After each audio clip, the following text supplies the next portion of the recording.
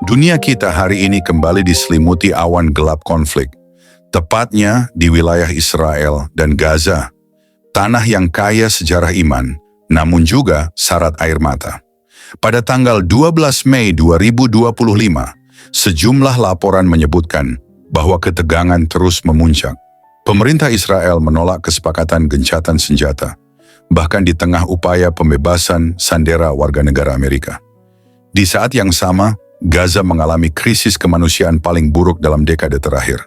Kelaparan massal, rumah-rumah yang hancur, dan warga sipil yang tak berdosa menjadi korban serangan udara. Kematian tak lagi memiliki waktu atau tempat. 8 nyawa melayang di Khan Yunis hanya dalam satu malam. Lebih dari 52.000 korban jiwa telah tercatat sejak konflik pecah pada Oktober 2023. Di balik setiap angka ada anak, ibu, ayah, manusia seperti kita. Bahkan krisis ini telah melebar secara regional. Rudal Houthi dari Yaman nyaris menghantam Bandara Ben Gurion. Iran pun memberi ancaman keras terhadap Israel dan Amerika Serikat. Dunia berada di ambang perang terbuka. Lalu bagaimana kita sebagai umat Tuhan memandang semua ini? Yesus pernah menangis atas Yerusalem karena ia tahu kota itu akan hancur. Bukan karena kekuatan musuh, tetapi karena tidak mengenal saat ketika damai datang mengunjunginya. Lukas 19 ayat 40, 1 Samsi 44. Tangisan itu seakan masih menggema hari ini. Yerusalem, Gaza, Khan Yunis, Tel Aviv, semuanya berseru bukan hanya kepada langit, tetapi juga kepada nurani dunia. Perdana Menteri Israel baru-baru ini menegaskan bahwa operasi militer mereka akan terus berlanjut, meskipun beberapa sandera telah dibebaskan. Namun, langkah ini memunculkan pertanyaan yang besar, khususnya terkait dengan keputusan Hamas yang hanya memprioritaskan pembebasan sandera warga negara Amerika Serikat, seperti Eden Alexander, sementara banyak sandera warga negara Israel yang masih ditahan. Sebagian besar masyarakat Israel merasa kecewa karena mereka melihat bahwa Hamas mengutamakan pembebasan sandera warga negara Amerika Serikat. Meskipun masih ada belasan warga negara Israel yang berada dalam keadaan terancam. Keputusan Hamas untuk membebaskan satu-satunya sandera warga negara Naali Irani yang masih hidup sejak serangan pada 7 Oktober ini menambah keraguan Israel terhadap niat sebenarnya dari kelompok tersebut. Banyak yang bertanya, mengapa hanya warga negara Amerika Serikat yang mendapat perhatian khusus? Apa alasan di balik ini dan apa yang sebenarnya terjadi dengan pembebasan sandera Israel? Dunia menyambut langkah tersebut dengan harapan, tetapi tetap skeptis, mempertanyakan apakah ini adalah upaya menuju perdamaian atau hanya bagian dari strategi politis yang lebih besar. Dalam menghadapi ketidakpastian ini, kita sebagai orang percaya harus mendoakan semua yang terlibat, memohon agar Tuhan memberikan kebijaksanaan bagi para pemimpin Israel. Sebagaimana firman Tuhan mengingatkan kita dalam Zakaria 12 ayat 3 bahwa Yerusalem adalah pusat perhatian bagi semua bangsa, kita juga diingatkan untuk mendukung Israel, memanjatkan doa agar mereka tetap teguh dan kuat dalam menghadapi cobaan yang ada.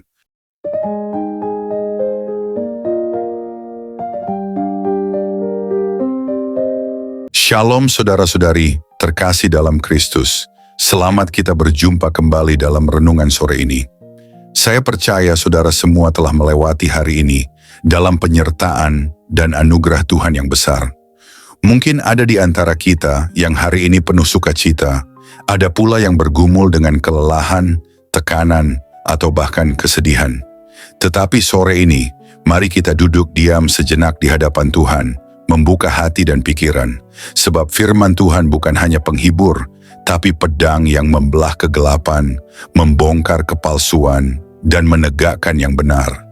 Dalam setiap renungan ini, biarlah api hadiratnya membakar segala kelam, membangunkan hati yang tertidur, dan mengarahkan hidup kita kembali ke jalan yang dikehendakinya. Mari kita berdoa. Tuhan Yesus, terima kasih untuk setiap napas, untuk kekuatan yang menopang kami ketika kami sudah tak mampu berdiri sendiri. Terima kasih karena ketika dunia tidak mengerti kami, Engkau tetap memeluk kami dengan kasih yang tidak bersyarat. Sore ini, kami datang dengan luka yang tak terlihat, dengan air mata yang tak sempat jatuh, dan dengan pertanyaan-pertanyaan yang belum terjawab.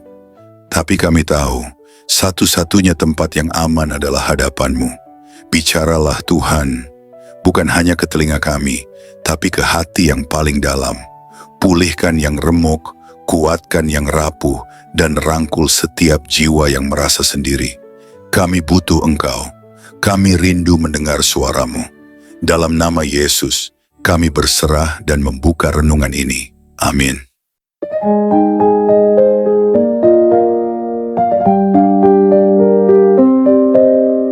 Saudara-saudari terkasih dalam Kristus, di tengah kekacauan dunia yang semakin sulit dipahami, satu hal tetap pasti, Tuhan masih berdaulat atas sejarah umat manusia.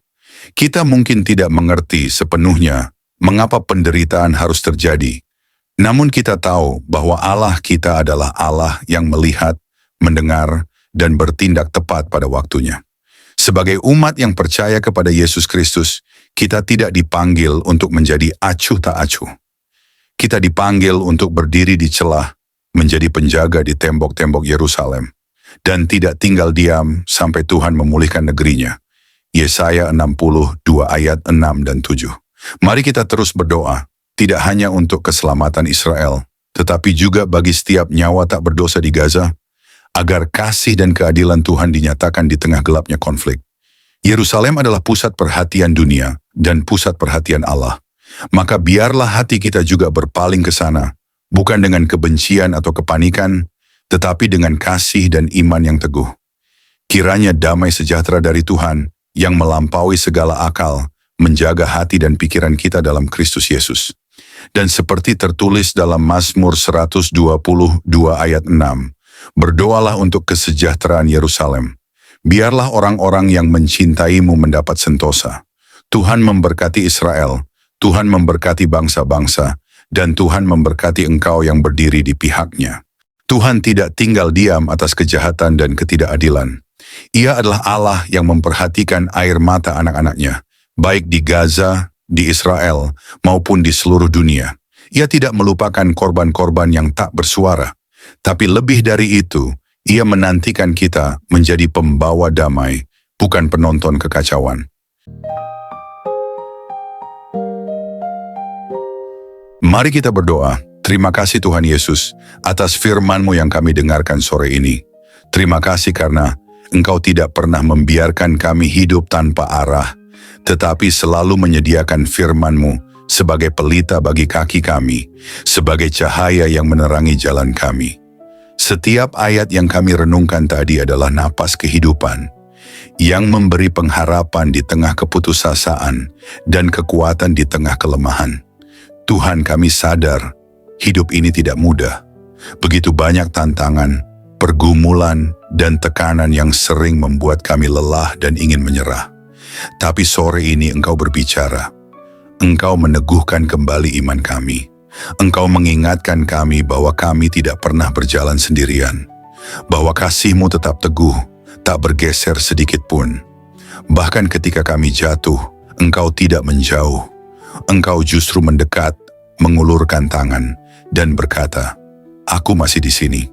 Kami mau mengucap syukur karena Engkau adalah Tuhan yang tidak pernah bosan menanti kami kembali.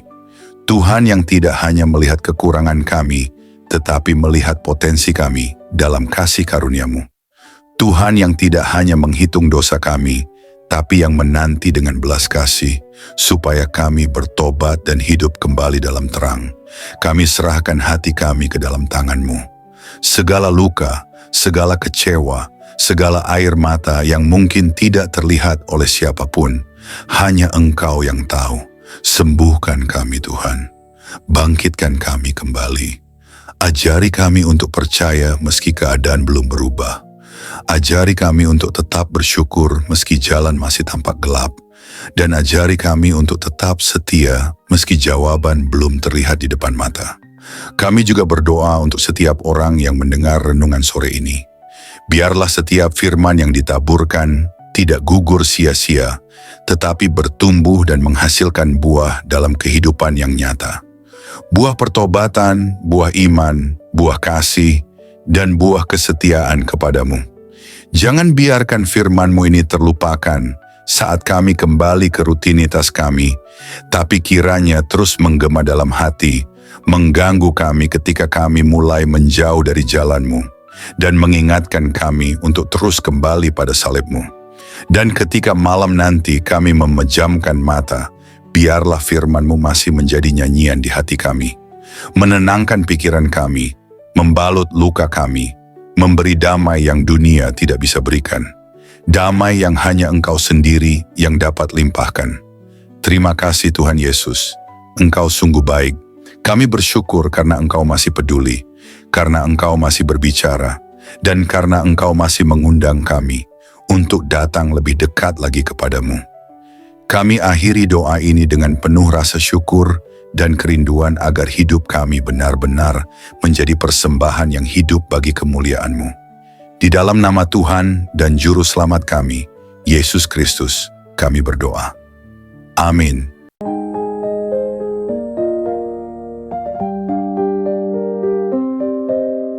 Puji Tuhan, saudara yang dikasihi oleh Tuhan, saya percaya bahwa firman Tuhan selalu menjadi berkat, kekuatan, dan penghiburan bagi setiap kita.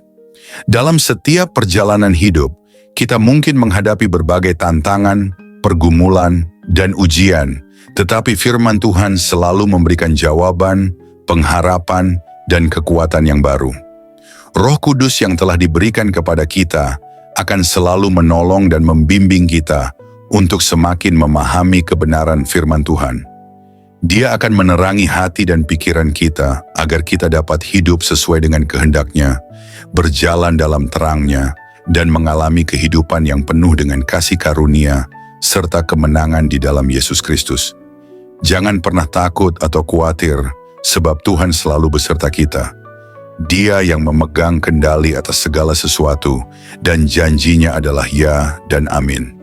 Percayalah bahwa setiap langkah hidup kita telah dirancang untuk membawa kita kepada rencananya yang indah. Pegang teguh firman-Nya, berdoalah dengan iman, dan hiduplah dalam ketaatan kepadanya, maka kita akan melihat kemuliaan Tuhan dinyatakan dalam hidup kita. Tuhan Yesus memberkati saudara semua. Teruslah bertumbuh dalam iman, kasih, dan pengharapan di dalam Kristus. Sampai jumpa dalam renungan berikutnya, kiranya damai sejahtera Tuhan senantiasa menyertai kita semua.